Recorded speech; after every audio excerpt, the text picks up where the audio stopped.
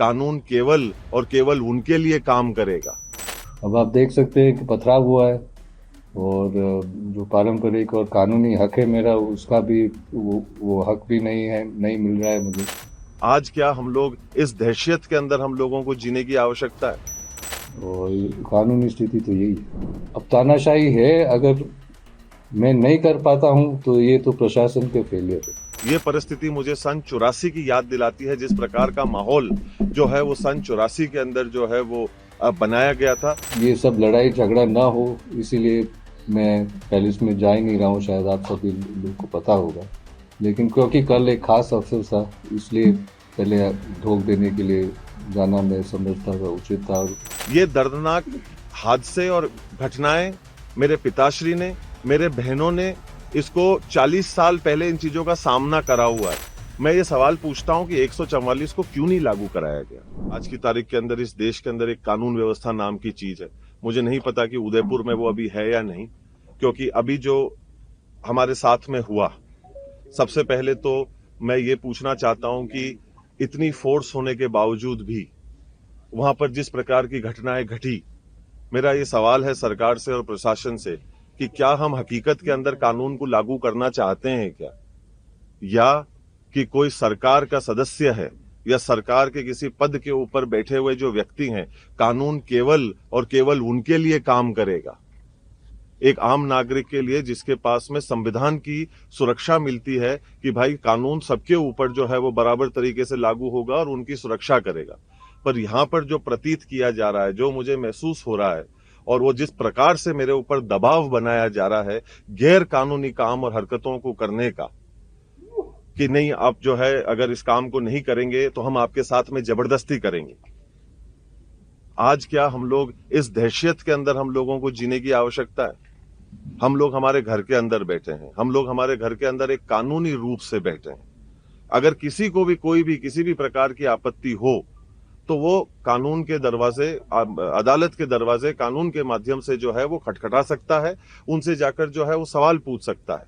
पर यहां जिस प्रकार से जो चीज हमने कल देखी और जिस प्रकार से पुलिस ने कुछ चीजों की खुली छूट दी, मतलब वो वाकई में एक निंदनीय और बहुत ही दुखदायी परिस्थिति थी।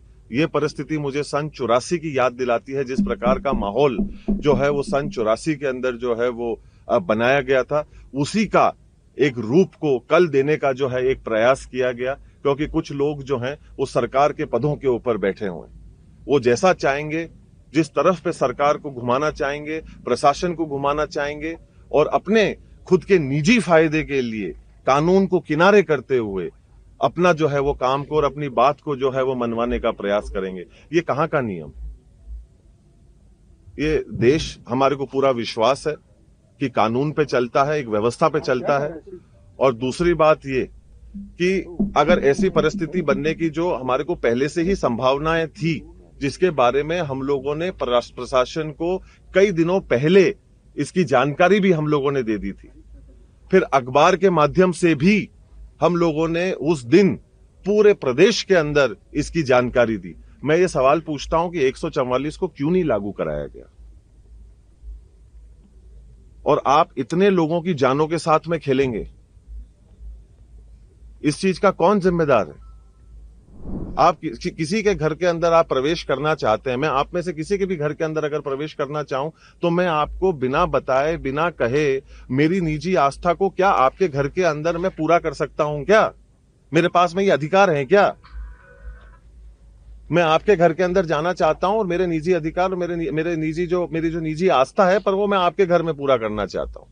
और इसके बारे में ना मैं आपको बताऊंगा, ना मैं आपसे पूछूंगा, ना मैं आपको इसके चीज के बारे में बताना उचित समझूंगा। अब ये गुंडागर्दी हमको जो है वो सहन करनी पड़ेगी, और कानून और प्रशासन इस सोच की जो है वो मदद करेगा। तो कहीं ना कहीं हम लोगों को ये दर्दनाक हादसे और घटनाएं, मेरे पिताश्री ने, मेरे बहनों ने इसको 40 साल पहले इन चीजों का सामना करा हुआ है। वो लोग मरते मरते बचे हैं इन चीजों को लेकर। ऐसी ही परिस्थिति जो है वो उस समय पे भी बनवाई गई थी, और आज भी उसी सोच के अंतर्गत यहां पर प्रवेश करने का एक गलत मंसूबे के साथ में प्रयास किया जा रहा है, जिसका प्रशासन और लोग यहां पे उसका सहयोग कर रहे हैं। और हम लोग अभी कानून के भरोसे बैठे हुए हैं, जो मैं अभी ढूंढ रहा हूं कि कहां है, और वो हम लोगों की एक आम नागरिक होने के नाते मदद करेगा। लाखों लोग जो है वो परेशान हो रहे हैं। ये कहां तक जायज है कि बच्चों की, महिलाओं की, बड़ों की, बुजुर्गों की जान को जो है वो खतरे में डाला जाएगा। लोग किसी के घर के ऊपर चढ़ने लग जाएंगे। वो अगर अंदर आते तो उसका हश्र क्या होता, उसकी जिम्मेदारी कौन लेता? किसी के जान का नुकसान होता तो उसके लिए जिम्मेदार कौन होता? प्रशासन मेरे हक को कायम नहीं रख पाई और अंत में जैसे आप सब लोग, काफ़ी लोग थे रात को, जैसे हम सब लोग वहाँ इकट्ठा हुए थे दर्शन के लिए, और फिर वो अंदर से पथराव भी हुआ।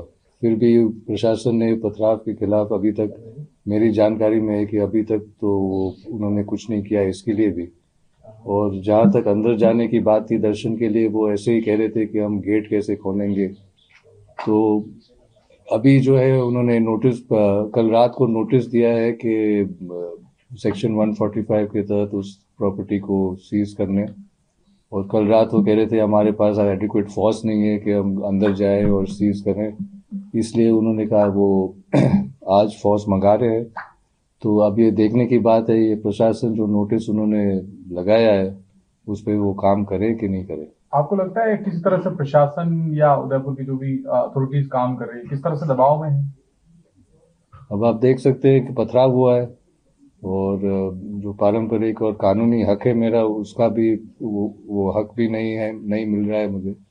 और प्रशासन कह रही है हम क्या करें, गेट कैसे खोलें। तो अब आप खुद अंदाज लगा दें कि ये एक वाजिब कारण है या एक बहाना है।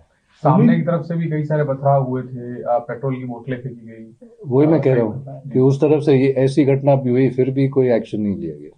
जो धूनी दर्शन और एकलिंग जी के दर्शन को का जो आपका कार्यक्रम था, उसको लेके सामने वाले पक्ष में लीगल नोटिस भी जारी किया गया था, और अनाधिकृत व्यक्तियों के प्रवेश पे उन्होंने लीगल नोटिस जारी करके रोक लगाई थी। हाँ, तो उसको लेके क्या कहेंगे आप?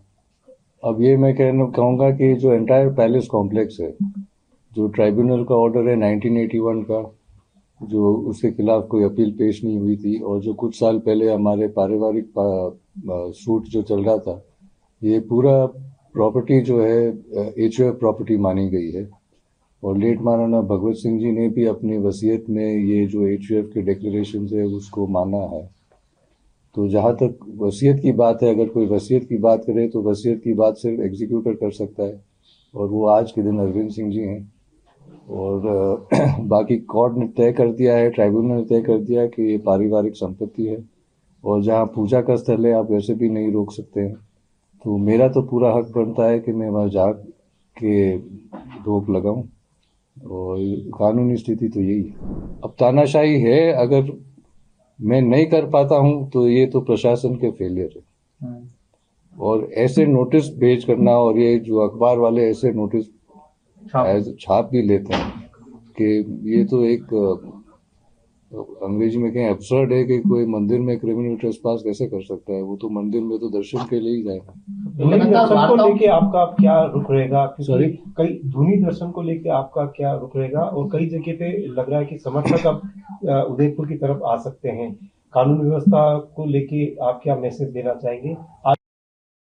कानून व्यवस्था के लिए मैं एक बात तो जरूर कहना चाहता हूं कि एक तो मैं सबको धन्यवाद देता हूं कि आप सब लोग ने मुझे साथ दिया, और मुझे खुशी है कि मेवाड़ के लोग गलत चीज़ के खिलाफ आवाज़ उठा रहे हैं।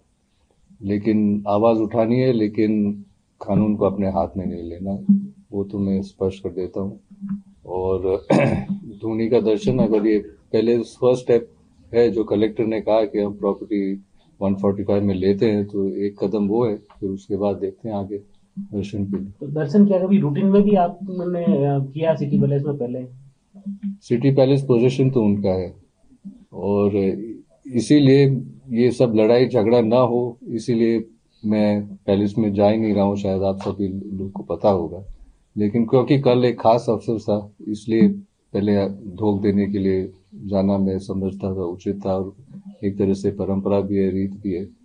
तो इसलिए मुझे जाना है वहाँ पे। आखिरी बार आप कब दर्शन किया आपने जैसे टोनी के मेले? मैं लास्ट टाइम पैलेस के इस भाग में करीब आई थिंक 1984 में ही गया हूँ। वार्ताओं का लगातार दौर चल रहा है, क्या है, क्या वार्ताएं वास्तव में चल रही है या फिर सिर्फ ये खबरों में ही दिखाई दे रहा है कि कुछ सकारात्मक होता दिखाई दे रहा है? अब जो वार्ता में बात चल रही थी, वो जो वार्ता करते हैं वो ही कह सकते हैं कि सही है कि गलत, लेकिन ये बात मेरे पास भी आई थी कि पहले कुछ 10 गाड़ी, फिर 5 लोग, फिर 10 लोग, फिर 3 लोग।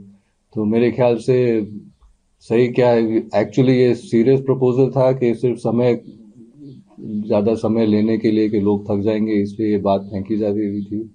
वो सच क्या है तो वो मैं सर, नहीं आज कह सकता आज हूँ। कोई समर्थन देखिए, ये एक परिवार में पूज्य स्थल है, तो मैं तो अकेला भी जा सकता हूँ, परिवार के साथ भी जा सकता हूँ, जो हमारे साथ पीढ़ियों तक जुड़े हुए हैं उनके साथ भी जा सकता हूँ, और ये शांतिपूर्वक भोग देने के लिए जाना है।